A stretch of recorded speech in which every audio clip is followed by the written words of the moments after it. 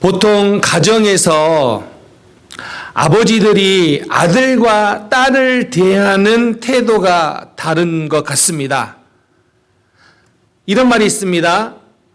아버지는 아들을 컨트롤하고 딸은 아버지를 컨트롤한다. 생각해 보면 집집마다 비슷한 것 같아요. 저희 아들이 저에게 무슨 부탁을 할 때는 항상 이렇게 말합니다. 아빠, 있잖아요. 알잖아요. 이렇게 뜸을 들입니다. 그래서 부탁을 합니다. 저희 딸은 좀 다릅니다. 아빠, 픽업해 주세요. 내 친구도. 부탁을 하는데 전혀 꺼리낌이 없습니다. 자기 일뿐만 아니라 자기 친구까지도 저에게 부탁하는데 어려움이 없습니다. 오늘 한 아버지가 딸의 문제 때문에 예수님 앞에 옵니다. 그 사람은 회당장 야이로라는 사람입니다. 회당장 야이로가 어떤 사람인가? 회당장은 당시 유대 사회에서 존경받는 위치에 있는 사람입니다. 그리고 이 사람이 예수님 앞에 와서 엎드리고 많은 사람들이 보고 있는데 무릎을 꿇는 모습을 보면 이 사람은 신앙심도 있을 뿐만 아니라 겸손함도 보입니다. 자, 그런데 우리가 이렇게 생각해 볼 수 있습니다. 존경받는 야이로라는 사람이 당시에 갈릴리에서 목수일을 했던 예수님 앞에 왜 와서 무릎을 꿇었을까요? 그 이유는 하나입니다. 그의 딸이 지금 죽어가고 있기 때문입니다. 아마 집에서 그 딸을 봤는데 그 딸이 숨이 가빠지고 점점 의식이 희미해지는, 힘이 빠져가는 그 모습을 보고 예수님 앞에 와서 엎드린 겁니다. 그런데 지금 우리가 야이로의 입장에서 생각해 보면 야이로는 시간이 촉박해요.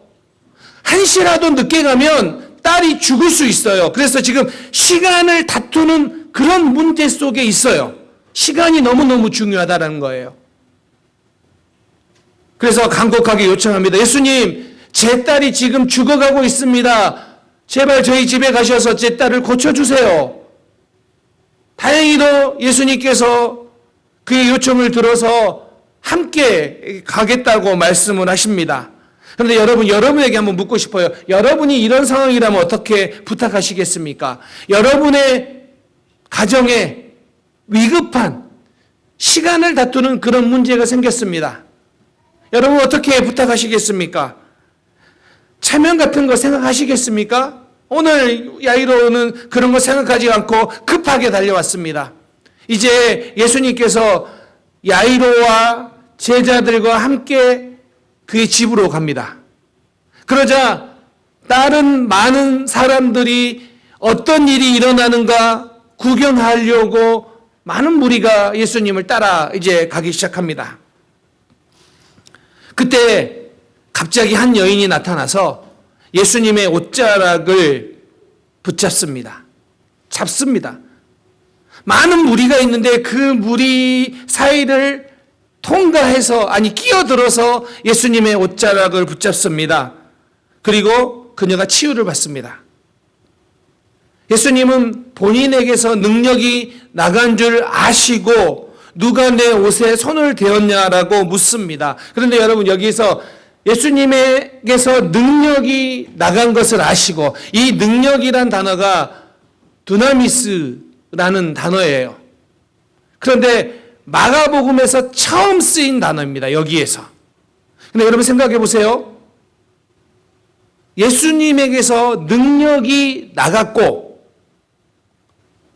이 여인은 그 능력을 받아서 힘을 얻습니다. 치유를 받습니다. 이런 구조예요.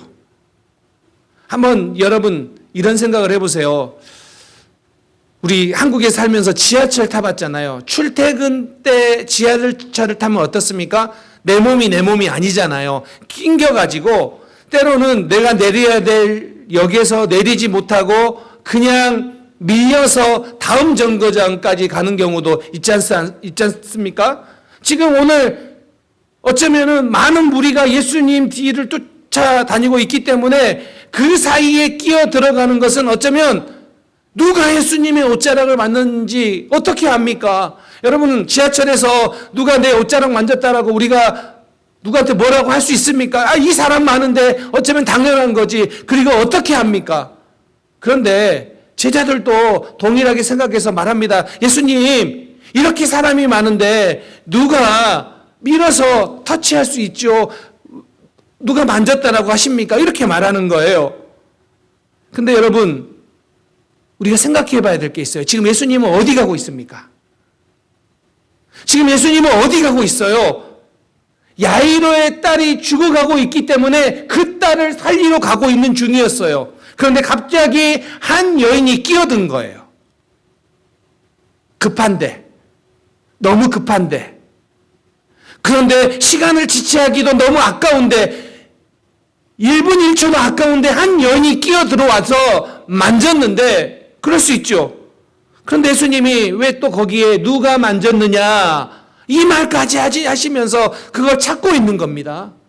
그래서 시간이 지금 지나가고 있습니다. 여러분, 야이로의 마음을 생각해 보면 지금 그는 마음이 타요. 빨리 가야 되는데. 그리고 여러분 생각해 보세요. 이 혈류증 여인 12년 동안 혈류증을 앓았대요. 그럼 이거 만성적인 병이에요. 응급 환자가 아니란 뜻이에요. 조금 몇 시간 늦게 고쳐준다고, 아니 하루 이틀 늦게 고쳐준다고 해서 죽는 병이 아니라는 거예요. 그런데 여러분 생각해 보세요. 12살짜리 아이예요. 12살짜리 아이. 12해를 살았으면 인생 전부예요. 최소한 이 여인은 12년을 아팠지만 그래도 더 오래 살고 있어요. 응급환자도 아니에요. 그런데 여기는 12년밖에 못 살았어요. 지금 고쳐주지 않으면 죽을 수 있어요. 그리고 응급환자예요. 누가 더 급합니까? 어디를 먼저 가야 됩니까? 우리는 당연히 여기 먼저 가야죠. 야이로의 집에 먼저 가야죠. 이렇게 생각하는 건 당연한 거예요. 이상한 게 아니라는 거예요. 그런데 예수님이 갑자기 지체하는 거예요. 우리 인생도 생각해 보면 어떤 문제가 나타났어요. 그러면 우리는 그렇게 생각합니다. 예수님, 이 문제 좀 해결해 주세요. 빨리요. 이 문제만 해결해 주면, 시급하게 해결해 주면 괜찮을 것 같은데 우리의 경제적인 문제 해결되지 않아요. 이것만 되면 우리 가정이 화목할 것 같은데, 건강에 문제가 나타났어요. 이 병만 고쳐주면 그래도 우리가 주님을 위해서 더 건강하게 삼킬 수 있을 텐데, 우리 자녀의 문제, 우리 가정의 문제 생각해 보세요. 이 문제만 빨리 해결되면 우리 안에 있는 이 아픔과 이 눈물이 사라질 것 같은데, 이런 생각을 하는 게 우리라는 거예요.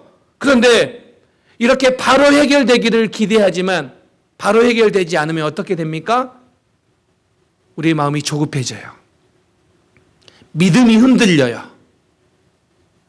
그리고 우리 삶에 웃음이 사라져요. 근심으로 가득 차게 됐다는 거예요. 지금 야이로는 너무 급해요. 입술이 바짝 말라가는 그런 상황이에요. 이 지체 때문에 무슨 일이 생기면 안 됐는데 이런 마음이 들기 때문에 그 여인을 고쳐주고 있고, 예수님은 그 여인과 말하고 있지만 야이로의 모든 생각은 아마 집에 가 있을 거예요. 빨리 가야 되는데, 예수님 지금 가지 않으시면, 빨리 가지 않으시면 내 딸이 죽을 수 있는데, 여기에 마음이 다 있다라는 거예요. 그런데 말입니다. 정말로 일어나지 않았으면 하는 그 일이 일어납니다. 절대로 일어나면 안 된다고 생각하는 그 일이 일어납니다. 어떤 사람이 와서 야이로 앞에 말합니다. 당신의 딸이 죽었나이다. 당신의 딸이 죽었습니다. 이 말은요, 이제 더 이상 야이로에게 아무것도 필요 없는 말이 되어버렸어요.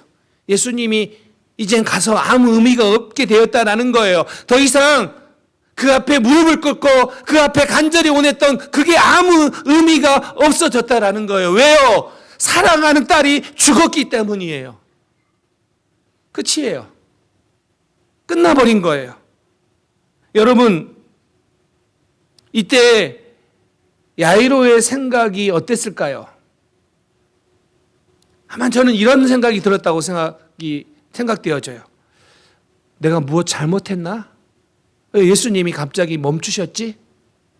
내가 무슨 죄를 지었나? 왜 예수님이 나를 돌보시지 않으시지?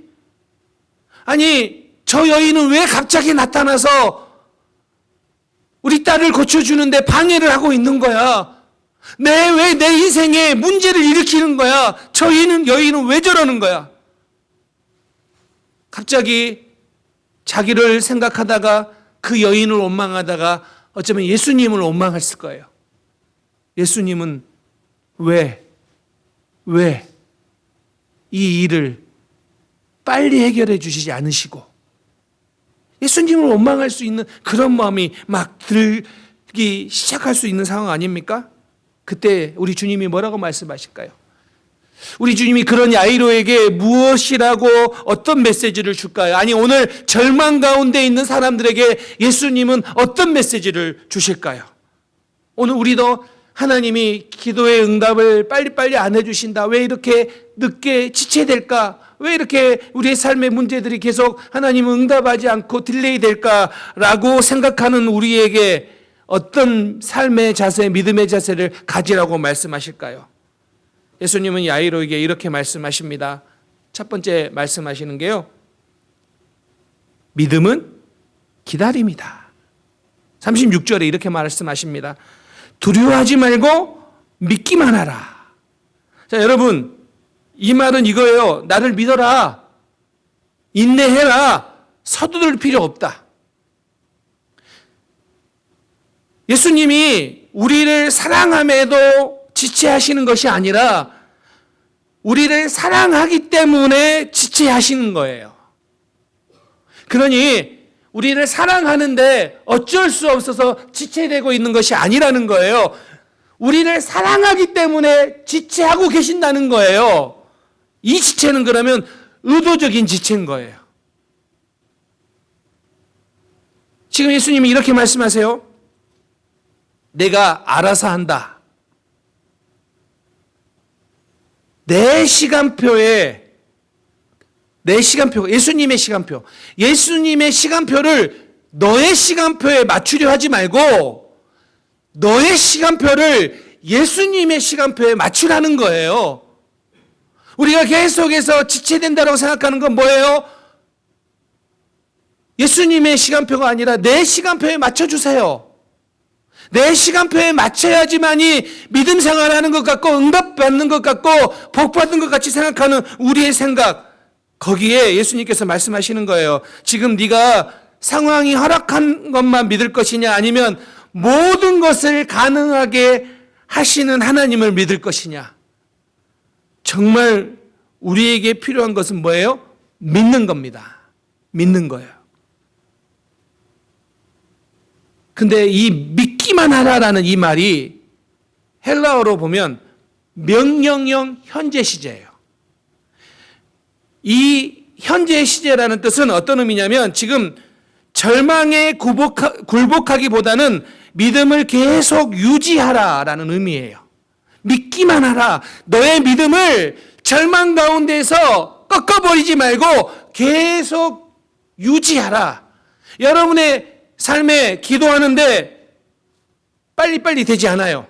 내 기대대로 되지 않아요. 그때 믿음이 꺾여버리지 말고 그 믿음을 계속해서 유지해라. 믿기만 하라예요. 믿기만 하라. 자, 볼까요? 혈루증 여인, 예수님의 옷을 만졌기 때문에 나았습니까? 그 옷에서 능력이 나갔습니까? 예수님이 뭐라고 말씀하세요? 34절에 예수께서 이르시되 딸아, 내 믿음이 너를 구원하였으니 평안히 가라. 내 병에서 놓여 건강할지어다. 예수님은 이 여인의 믿음을 보고 치유하셨습니다. 그러면 지금 야이로에게 말씀하세요. 믿기만 하라. 믿기만 하라. 하나님이 이 모든 것들을 책임져 주신다. 오늘 우리는 힘든 상황에 갇히면 왜 하나님 빨리 응답해 주지 않으세요? 저에게 여러분이 이렇게 묻는다면 왜 하나님은 내 기도에 이렇게 지체하실까요? 라면 저도 그러게 말입니다 라고 공감할 거예요. 그런데 오늘 본문에서 뭐라고 이야기합니까? 믿기만 하라. 근데 그 믿음은 뭐예요? 기다리는 거예요. 꺾이지 않는 거예요. 굴복당하지 않는 거예요. 계속해서 그 믿음의 상태를 유지하는 거예요. 언제까지요? 주님의 타이밍까지 기다리는 거예요. 그냥 기다리고 끝나는 것이 아니라 주님의 뜻하시는 그때, 그 타이밍까지예요. 왜요? 왜 우리는 주님의 타이밍까지 기다려야 됩니까? 그보다 더 현명한 방법이 없기 때문입니다. 그 어떤 방법도 주님의 타이밍까지 기다리는 것이 가장 현명한 거지 더 좋은 방법, 더 뛰어난 방법은 없습니다. 그거예요. 그래서 주님의 타이밍까지 기다리면 놀라운 결과가 나타납니다. 오늘 두 번째, 그래서 여러분이 나누고 싶은 것은 주님의 타이밍은요, 완벽해요. 부족함이 없어요. 예수님이 이제 야이로의 집에 갑니다. 상상해 보세요. 지금 오늘 성경 말씀대로 보면 거기에 수많은 사람들이 울고 있어요. 자, 그때 예수님께서 말씀하세요. 왜 울고 있느냐? 그 아이가 뭐예요? 잔다. 그러니까 사람들이 뭐라고 비웃었습니까? 우리가 잠자는 것과 죽은 것을 분별로 못할 줄 아느냐고 비웃어요. 그만큼 지금 이 소녀가 사람들이 보기에도 죽은 거예요. 사람들이 평가하기에도 끝난 거예요. 그런데 예수님은 뭐라고 말씀하세요? 잔다라고 말씀하세요. 자, 이제 야이로가 집에 도착하자마자 누구에게 갔을까요? 집에 도착하자마자 뛰어갔을 거예요. 아내에게요. 결혼한 사람은 알 거예요. 이제 아내가 뭐라고 말할까요? 아마도 보통의 아내라면 이렇게 말했을 거예요. 내가 뛰라고 그랬지. 왜 이렇게 늦게 와? 내가 달려가라고 그랬지. 왜 이렇게 늦게 온 거야? 이제 다 끝났어. 이렇게 말하지 않았을까요? 왜냐하면 당시 이 중동의 문화를 보면 성경의 이 팔레스타인 문화에도 마찬가지지만 지가 있는 남자는 달리는 일이 없습니다. 왜냐하면 옷자락을 걷어 다리를 드러내면서 달려야 되는데 그렇게 하는 것이 수치스러운 일 중에 하나이기 때문에 지위가 높은 남자들이 달리질 않습니다. 그러면 지금 이 아내는 이 늦게 온 것 때문에 문제를 삼았을 거예요. 그러면 남편은 뭐라고 했을까요? 남편들이요, 여러분들은 아내가 이렇게 말하면 뭐라고 하십니까? 저는 이렇게 말했을 것 같아요. 내 잘못 아니야. 나는 빨리 가자고 했지.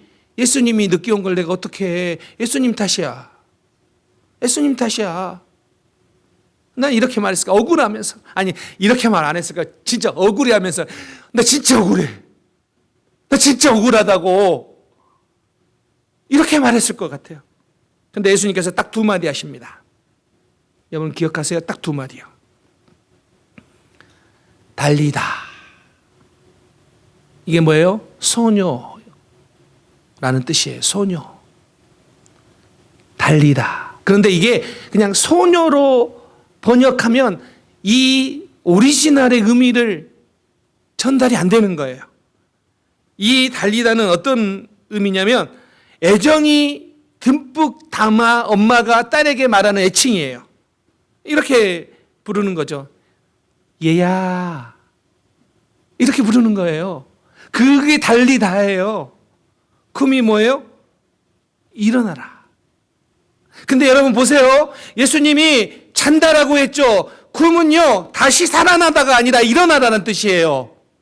만약에 그 소녀가 죽었다라고 말했으면 다시 살아나라고 해야 되는데 예수님은 일어나라라고 해요. 그 굼이란 말은 이거예요. 마치 부모가 아침에 그 사랑하는 딸을 깨우는 거예요. 얘야 일어나렴. 이렇게 말하는 거예요. 그게 달리다 굼이에요. 지금 이 소녀 옆에 앉아서 그녀의 손을 잡고 말하는 거예요. 달리다 쿰, 얘야 이제 일어나라. 이렇게 말씀하시는 거예요. 그러자 소녀가 일어난 거예요.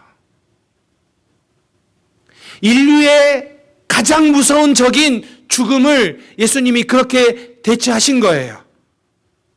그의 권능의 손으로 그 소녀를 손을 잡고 천천히 일으키셨어요. 얘야, 일어나라. 근데 여러분, 예수님은 말과 행동으로 말씀하셨다는 거예요. 그러자 여러분 기억하세요? 예수님의 손이 소녀의 손을 잡자 죽음은 그저 죽음일 뿐이었어요. 예수님이 손을 잡으면 죽음은 그저 죽음일 뿐이에요. 우리가 그토록 무서워하고 끝이라고 생각하는 그 죽음조차도 그저 잠일 뿐인 거예요. 죽음은 그냥 잠이에요. 예수님이 손을 잡을 때에 비로소 죽음조차도 잠이 될 수 있는 거예요. 그래서 여러분, 우리는 믿어야 돼요. 예수님을. 근데 그 믿음은 뭐예요? 그냥 기다리는 것이 아니라 하나님의 타이밍을 기다리는 거예요. 왜요? 그 타이밍이 가장 완벽한 타이밍이기 때문에. 예수님의 이 말씀과 행동은 강력합니다. 그런데 강력한 것만으로 그치는 것이 아니라 사랑으로 충만합니다. 여러분 생각해 보세요. 우리 모두는 좋은 부모가 되기를 원해요. 근데 완벽한 부모는 여기 아무도 없어요. 우리도 실수해요. 정말 좋은 부모가 되기를 원하지만 그 사랑하는 자녀 앞에 실수해요. 그런데 여러분, 그렇게 최고의 부모를 할지라도 실수하지만 우리 주님은 우리의 완벽한 부모가 되실 수 있습니다. 여러분의 완벽한 부모가 되실 수 있습니다. 그래서 그분이 여러분의 손을 잡으시면 칠흑 같은 어두움을 걷고 있는다 할지라도 그분이 함께 걸어주시면 그 어두움은 그저 참에 불과할 뿐입니다. 근데 여러분, 왜 우리는 이토록 이렇게 사랑 많으신, 이렇게 능력 많으신 우리 주님을 재촉할까요? 왜 지체되면 조급해하고 두려워하고 믿음을 유지 못하고 왜 힘들어할까요? 여러분 기억하십시오. 예수님이 여러분의 손을 잡고 함께 걸어가고 계십니다. 그래서 고린도후서 13장 4절 말씀에 이렇게 이야기합니다. 한번 읽어볼까요? 시작. 그리스도께서 약하심으로 십자가에 못 박히셨으나 하나님의 능력으로 살아계시니 우리도 그 안에서 약하나 너희에게 대하여 하나님의 능력으로 그와 함께 살리라. 예수님께서 십자가에 못 박히셨으나 하나님의 능력으로 살아나셨습니다. 이처럼 우리 역시 약하나 하나님의 능력으로 살 수 있습니다. 이겁니다, 이거. 이게 믿음의 삶이라는 거예요. 우리는 연약하지만 하나님의 능력으로 살아갈 수 있습니다. 이게 믿음의 삶의 모습이에요. 사랑하는 성도님들, 혹시 지금 여러분의 인생 가운데 하나님이 무엇을 지체하고 계시다고 생각되십니까? 이제 다 포기하고 싶다. 이제 더 이상 기다릴 힘도 없다. 이제는 마음대로 되라고 해. 나는 이제 더 이상은 거기에 소망이 없어라고 생각하며 여러분 지치고 있는 것이 무엇입니까? 무엇 때문에 답답해 하십니까? 여러분, 조바심을 내려놓고 예수님의 손을 잡고 그분이 이끄시는 대로 나아갈 수 있기 바랍니다. 왜냐하면 예수님은 여러분을 진심으로, 전심으로 사랑하시기 때문입니다. 이제 오늘 말씀의 결론을 보려고 합니다. 여러분, 그 죽었던 소녀가 일어났습니다. 그런데 여기에 끝나지 않아요. 이걸로 끝나는 것으로만 보면 안 돼요. 왜 예수님이 지체했는가? 여기로 끝나는 게 아니에요. 이 다음을 꼭 봐야 돼요. 42절 말씀 함께 읽겠습니다. 시작. 소녀가 곧 일어나서 걸으니 나이가 12살이라 사람들이 곧 크게 놀라고 놀라가늘. 여러분 보세요. 하나님이 지체하실 때는요, 우리는 힘들어해요. 고통 가운데 있다라고 생각해요. 그런데 오늘 본문은 말합니다. 때로는 하나님께서 일부러 시간을 지체하십니다. 오늘 이 본문의 말씀처럼 야이로가 함께 가기로 했는데 급하지도 않는 여인이 들어와서 딜레이 되는 것처럼 때로는 하나님이 우리의 삶 가운데 바로 응답해 주시지 아니하시고 지체하실 때가 있다라는 거예요. 일부러 늦추실 때가 있습니다. 근데 그때는 다 의도가 있는 거예요. 목적이 있는 거예요. 오늘 여기에서 왜 지체하셨습니까? 왜 딜레이가 됐습니까? 42절에 그렇게 말합니다. 그 소녀가 살아난 것을 보고 사람들이 곧 크게 놀라고 놀라거늘. 아멘. 크게 놀라고 놀라거늘. 이거예요, 이거. 하나님이 지체하실 때에는 크고 놀라운 일을 이루시기 위함입니다. 하나님이 왜 이렇게 늦냐라고 말하시는데 능력이 없어서 그런 것도 아니고 사랑이 없어서 그런 것이 아니라 목적이 있어서 늦추시는데 그때는 크고 놀라운 일을 보여주시기 위함입니다. 아멘. 이 믿음이 필요합니다. 이 믿음이 필요해요. 주님이 지체하실 때마다 우리의 삶에 어메이징한 일이 일어납니다. 그래요. 사랑하는 성도님들, 예수님께서 이 야이로의 딸의 손을 이렇게 잡으셨습니다. 그리고 그 주님의 손이 지금 여러분의 손을 붙잡습니다. 그러면 우리는 그 손 잡고 이 길을 걸어가야 됩니다. 그 손 잡고 이 길을 걸어갈 때 때로는 힘듦도 있고 답답함도 있을 수 있습니다. 불만도 있을 수 있습니다. 왜 그런가 우리는 고민할 수도 있습니다. 그런데 오늘 분명히 말씀하십니다. 그 손을 걸어가는 그 결과는 뭐라고요? 그 끝에는 뭐라고요? 놀라운 일이 기다리고 있습니다. 믿습니다, 저는. 오늘 우리가 걸어가는 이 믿음의 끝은 놀라운 일이 기다리고 있습니다. 어메이징할 거예요. 그 은혜가 크기 때문에 어메이징한 일들이 기다리고 있습니다. 그래서 여러분, 더디되는 것에 마음 뺏기지 마시고 지치지 마시고 믿음을 끝까지 유지하시는, 그래서 우리 주님의 그 완벽한 타임까지 유지하시는 우리 모든 성도님들 되시기를 주님의 이름으로 축원합니다. 아멘. 기도하겠습니다.